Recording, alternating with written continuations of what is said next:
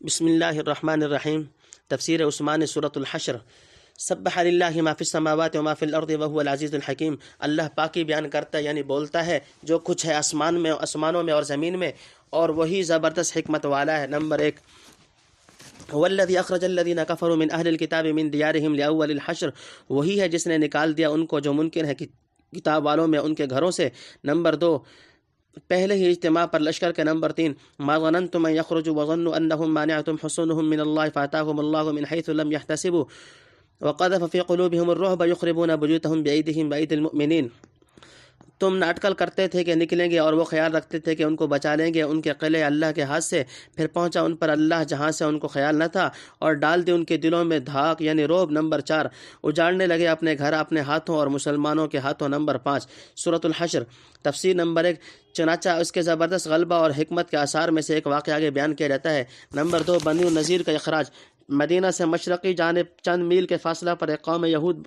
بستی تھی جس کو بنی نذیر کہتے تھے۔ یہ لوگ بڑے جتھے والے اور سرمایہ دار تھے، اپنے مضبوط قلعوں پر ان کو ناز تھا۔ حضور صلی اللہ علیہ وسلم جب ہجرت کر کے مدینہ میں تشریف لائے تو شروع میں انہوں نے آپ صلی اللہ علیہ وسلم سے صلح کا معاہدہ کر لیا کہ ہم آپ کے مقابلہ پر کسی کی مدد نہ کریں گے۔ پھر مکہ کے کافروں سے نامہ و پیام کرنے لگے، حتیٰ کہ ان کے ایک بڑے سردار کعب بن اشرف نے 40 سواروں کے ساتھ مکہ پہنچ کر بیت اللہ شریف کے سامنے مسلمانوں کے خلاف قریش سے عہد و پیمان باندھا۔ آخر چند روز بعد اللہ اور رسول کے حکم سے محمد ابن مسلمہ نے اس غدار کا کام تمام کر دیا۔ پھر بھی بنی نذیر کی طرف سے بد عہدی کا سلسلہ جاری رہا۔ کبھی دغا بازی سے حضور صلی اللہ علیہ وسلم کو چند رفیقوں کے ساتھ بلا کر اچانک قتل کرنا چاہا۔ ایک مرتبہ حضور صلی اللہ علیہ وسلم جہاں بیٹھے تھے اوپر سے بھاری چکی کا پاٹ ڈال دیا، اگر لگے تو آدمی مر جائے، مگر سب مواقع پر اللہ کے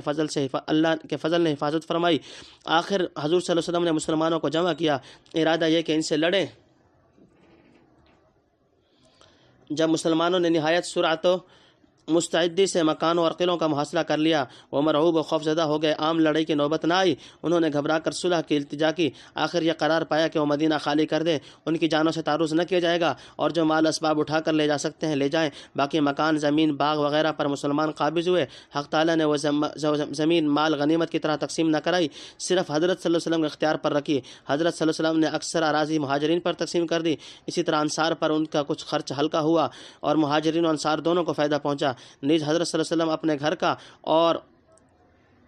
وارد و صادر کا سالانہ خرچہ بھی اسی سے لیتے تھے، اور جو بچ رہتا اللہ کے راستے میں خرچ کرتے تھے۔ اس صورت میں یہی قصہ مذکور ہے۔ نمبر 3، یہود کا پہلا حشر، یعنی ایک ہی ہلہ میں گھبرا گئے اور پہلے ہی مٹ بھیڑ پر مکان اور قلعے چھوڑ کر بھاگنے کو تیار ہو بیٹھے، کبھی کچھ بھی ثابت قدمی نہ دکھلائی۔ تنبیہ، اول الحشر سے بعض مفسرین کے نزدیک یہی مراد ہے کہ اس قوم کے لیے اس طرح ترک وطن کرنے کا یہ پہلا ہی موقع تھا، قبل ازیں ایسا واقعہ پیش نہ آیا تھا۔ یا اول الحشر میں اس طرف اشارہ ہو کہ ان یہود کا یہ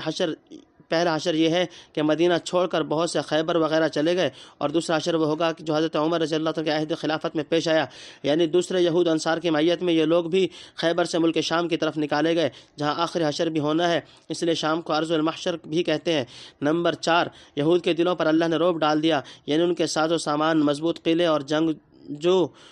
جنگجویانہ اطوار دیکھ کر تم کو نہ اندازہ تھا کہ اس قدر جلدی اتنی آسانی سے وہ ہتھیار ڈال دیں گے، اور نہ ان کو خیال تھا کہ مٹھی بھر بے سر و سامان لوگ اس کا طرح قافیہ تنگ کر دیں گے۔ وہ اسی خواب خرگوش میں تھے کہ مسلمان، یعنی جن کے سروں پر اللہ کا ہاتھ ہے، ہمارے قلعوں تک پہنچنے کا حوصلہ نہ کر سکیں گے، اور اس طرح گویا اللہ کے ہاتھ سے بچ نکلیں گے۔ مگر انہوں نے دیکھ لیا کہ کوئی طاقت اللہ کے حکم کو نہ روک سکی، اور ان کے اوپر اللہ کا حکم وہاں سے پہنچا جہاں سے ان کو خیال و وہم و گمان بھی نہ تھا، یعنی دل کے اندر سے خدا تعالیٰ نے ان کے دلوں میں رعب ڈال دیا اور بے سر و سامان مسلمانوں کی دھاک بٹھلا دی۔ ایک تو پہلے ہی اپنے سردار کعب بن اشرف کی ناگہانی قتل سے مرعوب خوفزدہ ہو رہے تھے، اب مسلمانوں کے اچانک حملہ نے رہے سہے حواس بھی کھو دیے۔ نمبر 5، بنو نذیر کا اپنے گھروں کو اجاڑنا، یعنی حرص اور غیظ و غضب کا جوش میں مکانوں کی کڑی، تختے اور کواڑ اکھاڑنے لگے تاکہ کوئی چیز جو ساتھ لے جا سکتے ہیں رہ نہ جائے، مسلمانوں کے ہاتھ نہ لگے۔ اس کام میں مسلمانوں نے بھی ان کا ہاتھ بٹایا، ایک طرف سے وہ خود گراتے تھے، دوسری طرف سے مسلمان، اور غور سے دیکھا جائے تو مسلمانوں کے ہاتھوں جو تباہی و ویرانی عمل میں آئی وہ بھی انہی بدبختوں کی بدعہدیوں اور شرارتوں کا نتیجہ تھی۔ فاعتبروا یا اولی الابصار، سو عبرت پکڑو آنکھوں والو۔ نمبر 1، ولولا ان كتب اللہ علیہم الجلاء لعذبهم فی الدنیا، اور اگر نہ ہوتی یہ بات کہ لکھ دیا تھا اللہ نے ان پر جلا وطن ہونا تو ان کو عذاب دیتا دنیا میں، وَلَهُمْ فِي الْآخِرَةِ عَذَابُ النَّارِ، اور آخرت میں ان کے لیے ہے آگ کا عذاب۔ نمبر 2، ذَلِكَ بِأَنَّهُمْ شَاقُّوا اللَّهَ وَرَسُولَهُ، یہ اس لیے کہ وہ مخالف ہوئے اللہ سے اور اس کے رسول سے۔ وَمَن يُشَاقِّ اللَّهَ فَإِنَّ اللَّهَ شَدِيدُ الْعِقَابِ، اور جو کوئی مخالف ہو اللہ سے تو اللہ کا عذاب سخت ہے۔ نمبر 3، مَا قَطَعْتُم مِّن لِّينَةٍ أَوْ تَرَكْتُمُوهَا قَائِمَةً عَلَىٰ أُصُولِهَا فَبِإِذْنِ اللَّهِ وَلْيُخْزِيَ الْفَاسِقِينَ، جو کاٹ ڈالا تم نے کھجور کا درخت یا رہنے دیا کھڑا اپنی جڑ پر سو اللہ کے حکم سے۔ نمبر 4، وَلْيُخْزِيَ الْفَاسِقِينَ، تاکہ رسوا کرے نافرمانوں کو۔ نمبر 5، وَمَا أَفَاءَ اللَّهُ عَلَىٰ رَسُولِهِ مِنْهُمْ فَمَا وَجَفْتُمْ عَلَيْهِ مِنْ خَيْلٍ وَلَا رِكَابٍ وَلَٰكِنَّ اللَّهَ يُسَلِّطُ رُسُلَهُ عَلَىٰ مَن يَشَاءُ، اور جو مال کے لوٹا دیا اللہ نے اپنے رسول پر ان سے سو تم نے نہیں دوڑائے اس پر گھوڑے اور نہ اونٹ، لیکن اللہ غلبہ دیتا ہے اپنے رسولوں کو جس پر چاہے۔ وَاللَّهُ عَلَىٰ كُلِّ شَيْءٍ قَدِيرٌ، اور اللہ سب کچھ کر سکتا ہے۔ نمبر 6، مَا أَفَاءَ اللَّهُ عَلَىٰ رَسُولِهِ مِنْ أَهْلِهِ، جو مال لوٹایا یعنی ہاتھ لگا دیا اللہ نے اپنے رسول پر یعنی کو بستیوں والوں سے۔ تفسیر نمبر 1، بنو نذیر کا واقعہ عبرت کا سبق ہے، یعنی اہل بصیرت کے لیے اس واقعہ میں بڑی عبرت ہے۔ اللہ تعالیٰ نے دکھلا دیا کہ کفر، ظلم، شرارت اور بے دہری کا انجام کیسا ہوتا ہے، اور یہ کہ محض ظاہری اسباب پر تکیہ کر کے اللہ تعالیٰ کی قدرت سے غافل ہو جانا عقل مند کا کام نہیں۔ نمبر 2، ان کی قسمت میں جلاوطنی لکھی تھی، یعنی ان کی قسمت میں جلاوطنی کی سزا لکھی تھی۔ یہ بات نہ ہوتی تو کوئی دوسری سزا دنیا میں دی جاتی، مثلا بنی قریظہ کی طرح مارے جاتے، غیر سزا سے بچ نہیں سکتے۔ یہ خدا کی حکمت ہے کہ قتل کے بجائے محض جلاوطنی پر اکتفا کیا گیا، لیکن یہ تخفیف صرف دنیاوی سزا میں ہے، آخرت کی ابدی سزا کسی طرح ان کافروں سے ٹل نہیں سکتی۔ حضرت شاہ صاحب رحمۃ اللہ علیہ لکھتے ہیں کہ جب یہ قوم ملک و شام سے بھاگ کر یہاں آئی تھی تو ان کے بڑوں نے کہا تھا کہ ایک دن تم کو یہاں سے ویران ہو کر پھر شام جانا پڑے گا، چنانچہ اس وقت اجڑ کر بعض شام میں چلے گئے اور بعض خیبر میں رہے، پھر حضرت عمر رضی اللہ تعالیٰ عنہ کے زمانہ میں وہاں سے اجڑ کر شام میں گئے۔ نمبر 3، یعنی ایسے مخالفوں کو ایسی سخت سزا ملتی ہے۔ نمبر 4، مسلمانوں کا درختوں کو کاٹنا، جب وہ لوگ قلعہ بند ہو گئے تو حضرت صلی اللہ علیہ وسلم نے اجازت دی کہ ان کے درخت کاٹے جائیں اور باغ اجاڑے جائیں تاکہ اس کے درد سے باہر نکل کر لڑنے پہ مجبور ہوں، اور کھلی ہوئی جنگ کے وقت درختوں کی رکاوٹ باقی نہ رہے۔ اس پر کچھ درخت کاٹے گئے اور کچھ چھوڑ دیے گئے کہ فتح کے بعد مسلمانوں کے کام آئیں گے۔ کافروں نے تان کرنا شروع کر دیا کہ خود تو فساد سے منع کرتے ہیں، کیا درختوں کا کاٹنا اور جلانا فساد نہیں؟ اس پر یہ آیت اتری، یعنی یہ سب کچھ اللہ جل شانہ کے حکم سے ہے۔ حکم الہی کی تعمیل کو فساد نہیں کہہ سکتے کیونکہ وہ گہری حکمتوں اور مصلحتوں پر مشتمل ہوتا ہے، چنانچہ اس حکم کی بعض مصالح اوپر بیان ہو چکی۔ نمبر 5، یہود کی رسوائی، یعنی تاکہ مسلمانوں کو عزت دے اور کافروں کو ذلیل کرے، چنانچہ جو درخت چھوڑ دیے گئے اس میں مسلمانوں کی ایک کامیابی اور کفار کو غیظ میں ڈالنا ہے کہ یہ مسلمان ان کو برتیں گے اور نفع اٹھائیں گے، اور جو کاٹے یا جلائے گئے اس میں مسلمانوں کی دوسری کامیابی یعنی ظہور آثار غلبہ اور کفار کو غیظ میں ڈالنا ہے کہ مسلمان ہماری چیزوں میں کیسے تصرفات کر رہے ہیں، لہٰذا دونوں امر جائز اور حکمت پر مشتمل ہیں۔ نمبر 6، مال غنیمت اور فے کا فرق، حضرت شاہ صاحب رحمۃ اللہ لکھتے ہیں کہ یہی فرق رکھا ہے غنیمت میں اور فے میں۔ جو مال لڑائی سے ہاتھ لگا وہ غنیمت ہے، اس میں 5واں حصہ اللہ کی نیاز، جس کی تفصیل 10ویں پارہ کے شروع میں گزر چکی ہے، اور 4 حصے لشکر کو تقسیم کیے جاتے ہیں، اور جو بغیر جنگ کے ہاتھ آیا وہ سب کا سب مسلمانوں کے خزانہ میں رہے، ان کے مصالح عامہ میں، اور جو کام ضروری ہو اس پر خرچ ہو۔ تنبیہ، اگر قدرے جنگ ہونے کے بعد کفار مرعوب ہو کر صلح کی طرف مسارعت کریں اور مسلمان قبول کر لیں، اس صورت میں جو اموال صلح سے حاصل ہوں گے وہ بھی حکم فے میں داخل ہے۔ اموال فے رسول اللہ صلی اللہ علیہ وسلم اللہ کے لیے ہیں، رسول اللہ صلی اللہ علیہ وسلم اور اللہ کے لیے ہیں۔ نبی کریم صلی اللہ علیہ وسلم کے عہد مبارک میں اموال فے خالص حضور صلی اللہ علیہ وسلم کے اختیار و تصرف میں ہوتے تھے۔ ممکن ہے کہ یہ اختیار مالکانہ ہو جو صرف آپ کے لیے مخصوص تھا، جیسے کہ آیت حاضرہ میں اعلیٰ رسول ہی کے لفظ سے متبادر ہوتا ہے، اور احتمال ہے کہ محض حاکمانہ ہو۔ بہرحال اللہ تعالیٰ نے ان اموال کے متعلق آپ صلی اللہ علیہ وسلم کو اگلی آیت میں ہدایت فرما دی کہ وجوباً یا ندباً فلاں مصارف میں صرف کیے جائیں۔ آپ صلی اللہ علیہ وسلم کے بعد یہ اموال امام کے اختیار و تصرف میں چلے جاتے ہیں، لیکن اس کا تصرف مالکانہ نہیں ہوتا، محض حاکمانہ ہوتا ہے۔ وہ ان کو اپنی ثوابدید اور مشورہ سے مسلمانوں کے عام ضروریات و مصالح میں خرچ کرے گا۔ باقی اموال غنیمت کا حکم اس سے جدا گانا ہے، وہ خم سے نکالے جانے کے بعد خالص لشکر کا حق ہوتا ہے، کما یدل علیہ قول تعالیٰ وَاعْلَمُوا أَنَّمَا غَنِمْتُم إِلَى آخِرِ۔ لشکری اپنی خوشی سے چھوڑ دیں تو علیحدہ بات رہی۔ البتہ شیخ ابو بکر رازی حنفی نے احکام القرآن میں نقل کیا ہے کہ یہ حکم اموال منقول منقولہ کا غیر منقولہ میں امام کو اختیار ہے کہ مسئلہ سمجھے تو لشکر پر تقسیم کر دے اور مسئلہ نہ سمجھے تو مصالح عامہ کے لیے رہنے دے، جیسا کہ سواد عراق میں حضرت عمر رضی اللہ تعالیٰ نے بعض جلیل القدر صحابہ کے مشورے سے یہی عمل درآمد رکھا۔ اسی مسئلہ کے موافق شیخ ابو بکر رازی نے وَعَلَمُ أَنَّ مَا غَنِمْتُمْ کو اموال منقولہ پر اور سورہ حشر کی آیات کو اموال غیر منقولہ پر محمول کیا ہے۔ اس طرح پہلی آیت وَمَا أَفَاءَ اللَّهُ عَلَىٰ رَسُولِهِ مِنْهُمْ حکم فے پر اور دوسری آیت مَا أَفَاءَ اللَّهُ عَلَىٰ رَسُولِهِ مِنْ أَهْلِ الْقُرَىٰ حکم غنیمت پر محمول ہے، اور لغتاً غنیمت کو لفظ فے سے تعبیر کر سکتے ہیں۔ واللہ تعالی عالم بالصواب۔ القرآن فللہ وللرسول ولذی القربى والیتامى والمساکین وابن السبیل، سو اللہ کے واسطے اور رسول کے نمبر 1 اور قرابت والے کے نمبر 2 اور یتیموں کے اور محتاجوں کے اور مسافر کے، کئی لا یکون دولة بین الاغنیاء منکم، تاکہ نہ آئے لینے دینے میں دولت مندوں کے تم میں سے، نمبر 3 وما آتاکم الرسول فخذوہ وما نہاکم عنہ فانتہوا، اور جو دے تم کو رسول سو لے لو اور جسے منع کرے سو چھوڑ دو، نمبر 4 واتقوا اللہ، اور ڈرتے رہو اللہ سے، ان اللہ شدید العقاب، بے شک اللہ کا عذاب سخت ہے، نمبر 5 للفقراء المہاجرین الذین اخرجوا من دیارہم اموالہم یبتغون فضلا من اللہ ورضوانا وینصرون اللہ ورسولہ،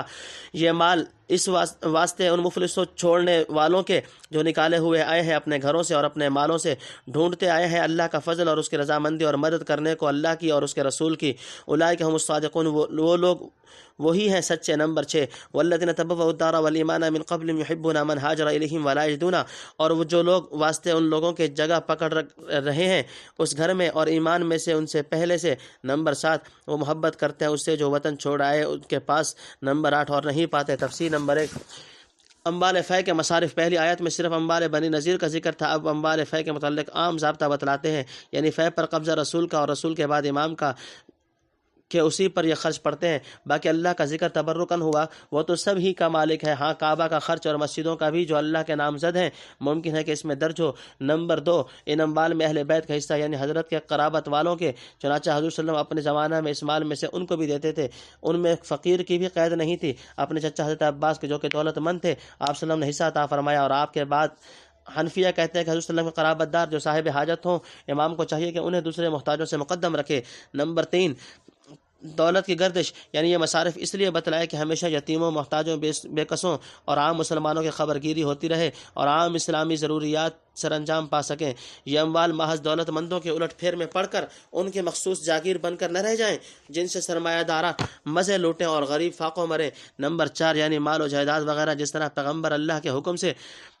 تقسیم کرے اسے بخوشی اور رغبت قبول کرو، جو ملے لے لو، جسے روکا جائے رک جاؤ، اور اس طرح اس کے تمام احکام اور اوامر و نواہی کی پابندی رکھو، نمبر 5 یعنی رسول اللہ صلی اللہ علیہ وسلم کی نافرمانی اللہ کی نافرمانی ہے، ڈرتے رہو کہیں رسول صلی اللہ علیہ وسلم کی نافرمانی کی صورت میں اللہ تعالیٰ کو سخت عذاب مسلط نہ کر دے، نمبر 6 مہاجرین کا حق مقدم ہے، یعنی یوں تو اس مال سے عام مسلمانوں کی ضروریات و حوائج متعلق ہیں، لیکن خصوصی طور پر ان اشار پیشہ جان اشاروں اور سچے مسلمانوں کا حق مقدم ہے جنہوں نے محض اللہ کی خوشنودی اور رسول کی محبت و اطاعت میں اپنا گھر بار اور مال و دولت سب کو خیر بات کہا اور بالکل خالی ہاتھ ہو کر وطن سے نکلے اور تاکہ اللہ اور رسول کے کاموں میں آزادانہ مدد کر سکیں، نمبر 7 انصار مدینہ کے فضائل، اس گھر سے مراد ہے مدینہ طیبہ، اور یہ لوگ انصار مدینہ ہیں جو مہاجرین کی آمد سے پہلے مدینہ میں سکونت پذیر تھے اور ایمان و عرفان کی راہوں پر بہت مضبوطی کے ساتھ مستقیم ہو چکے تھے، نمبر 8 یعنی محبت کے ساتھ مہاجرین کی خدمت کرتے تھے تاکہ اپنے اموال وغیرہ میں ان کو برابر کا شریک بنانے کے لیے تیار ہیں۔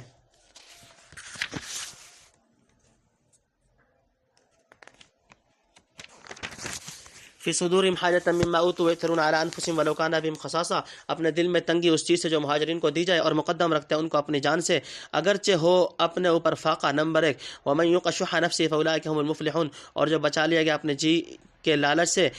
فاولئک هم المفلحون، سو وہی لوگ ہیں مراد پانے والے، نمبر 2 والذین جاءوا من بعدهم یقولون ربنا اغفر لنا ولاخواننا الذین سبقونا بالایمان ولا تجعل فی قلوبنا غلا للذین آمنوا ربنا انک رؤوف رحیم، اور واسطے ان لوگوں کے جو آئے ان کے بعد، نمبر 3 کہتے ہوئے اے رب بخش ہم کو اور ہمارے بھائیوں کو جو ہم سے پہلے داخل ہوئے ایمان میں، اور نہ رکھ ہمارے دلوں میں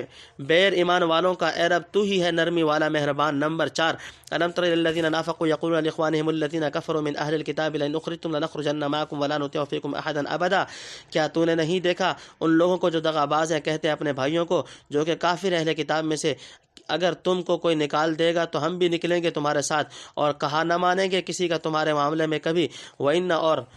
اور اگر تفسیر نمبر 1، انصار کا جذبہ ایمان و اثار و خلوص، یعنی مہاجرین کو اللہ تعالیٰ جو فضل و شرف عطا فرمائے یا اموال فیض وغیرہ میں سے کچھ حضور صلی اللہ علیہ وسلم جو کچھ عنایت کریں، اسے دیکھ کر انصار دل تنگ نہیں ہوتے، نہ حسد کرتے ہیں بلکہ خوش ہوتے ہیں، اور ہر اچھی چیز میں ان کو اپنی جانوں سے مقدم رکھتے ہیں، خود سختے اور فاقے اٹھا کر بھی اگر ان کو بھلائی پہنچا سکیں تو دریغ نہیں کرتے۔ ایسے بے مثال اثار آج تک دنیا کے کسی قوم نے کس قوم کے لیے دکھلایا۔ نمبر 2، بخل سے نجات فلاح ہے، یعنی بڑے کامیاب اور بامراد ہیں وہ لوگ جن کو اللہ کو توفیق و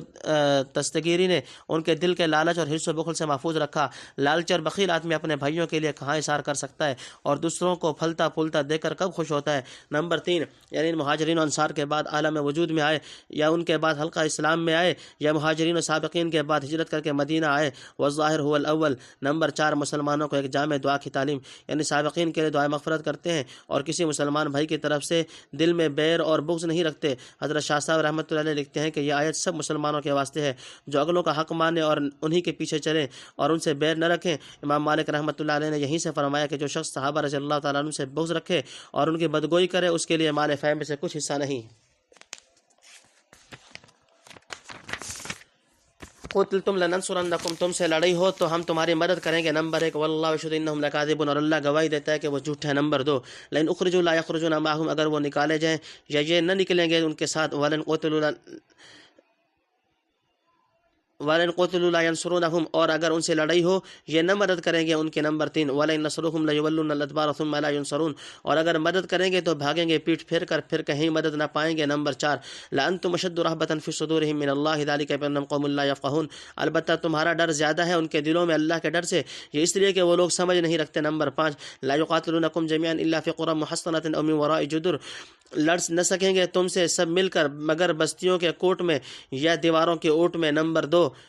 6، بأسهم بینہم شدید، ان کی لڑائی آپس میں سخت ہے۔ نمبر 7، تحسبهم جميعا وقلوبهم شتى، تو سمجھے وہ اکٹھے اور ان کے دل جدا جدا ہو رہے۔ ذلک بانہم قوم لا یعقلون، یہ اس لیے کہ وہ لوگ عقل نہیں رکھتے۔ نمبر 8، کمثل الذین من قبلہم قریبا ذاقوا وبال امرہم، جیسے قصہ ان لوگوں کا جو ہو چکے ان سے پہلے قریب ہی چکھی انہوں نے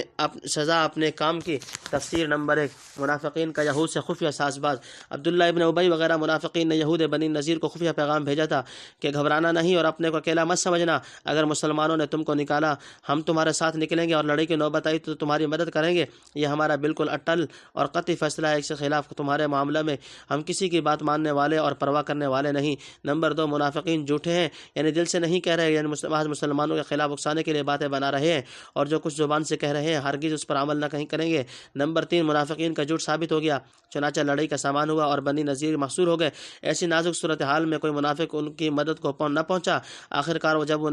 وہ نکالے گئے اس وقت آرام سے اپنے گھروں میں چھپے بیٹھے رہے۔ نمبر 4، یعنی اگر بفرض محال منافق ان کی مدد کو نکلے بھی تو نتیجہ کیا ہوگا؟ بجوز اس کے کہ مسلمانوں کے مقابلے سے پیٹ پھیر کر بھاگیں گے، پھر ان کی مدد تو کیا کر سکتے، خود ان کی مدد کو بھی کوئی نہ پہنچے گا۔ نمبر 5، منافقین کے دلوں میں مسلمانوں کا رعب، یعنی اللہ کی عظمت کو سمجھتے اور دل میں اس کا ڈر ہوتا تو کفر و نفاق کیوں اختیار کرتے؟ ہاں، مسلمانوں کی شجاعت و بصالت سے ڈرتے ہیں، اس لیے ان کے مقابلہ کتاب نہیں لا سکتے،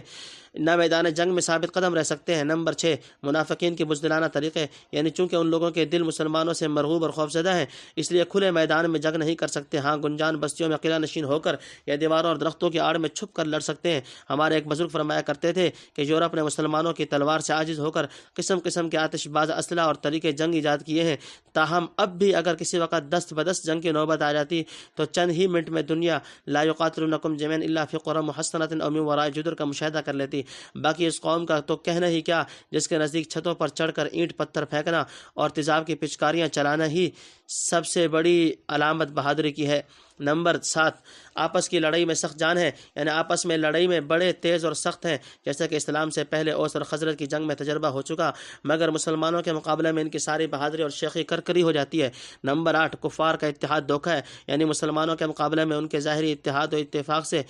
دھوکہ مت کھاؤ، ان کے دل اندر سے پھٹے ہوئے ہیں، ہر ایک اپنی غرض و خواہش کا بندہ اور خیالات میں ایک دوسرے سے جدا ہے، پھر حقیقی یکجہتی کہاں میسر آ سکتی ہے؟ اگر عقل ہو تو سمجھیں کہ یہ نمائشی اتحاد کس کام کا اتحاد اسے کہتے ہیں جو مومنین قانتین میں پایا جاتا ہے کہ تمام اغراض و خواہشات سے یکسو ہو کر سب نے ایک اللہ کی رسی کو تھام رکھا ہے اور ان سب کا مرنا جینا اسی خدا واحد کے لیے ہے۔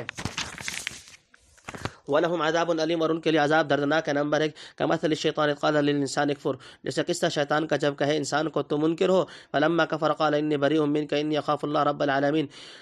پھر جب وہ منکر ہو گیا کہے میں الگ ہوں تجھ سے، میں ڈرتا ہوں اللہ سے جو رب سارے جہان کا، فکان عاقبتہما انہما فی النار خالدین فیہا وذالک جزاء الظالمین، پھر انجام دونوں کا یہی کہ وہ دونوں ہیں آگ میں ہمیشہ رہیں اسی میں، اور یہی ہے سزا گناہ گاروں کے۔ نمبر 2 یا ایھا الذین آمنوا اتقوا اللہ ولتنظر نفس ما قدمت لغد، اے ایمان والو ڈرتے رہو اللہ سے اور چاہیے کہ دیکھ لے ہر ایک جی کیا بھیجتا ہے کل کے واسطے۔ نمبر 3 واتقوا اللہ، ڈرتے رہو اللہ سے، ان اللہ خبیر بما تعملون، بے شک اللہ کو خبر ہے جو تم کرتے ہو۔ نمبر 4 ولا تکونوا کالذین نسوا اللہ فانساهم انفسهم، اور مت ہو ان جیسے جنہوں نے بھلا دیا اللہ کو پھر اللہ نے بھلا دیا ان کو ان کے جی،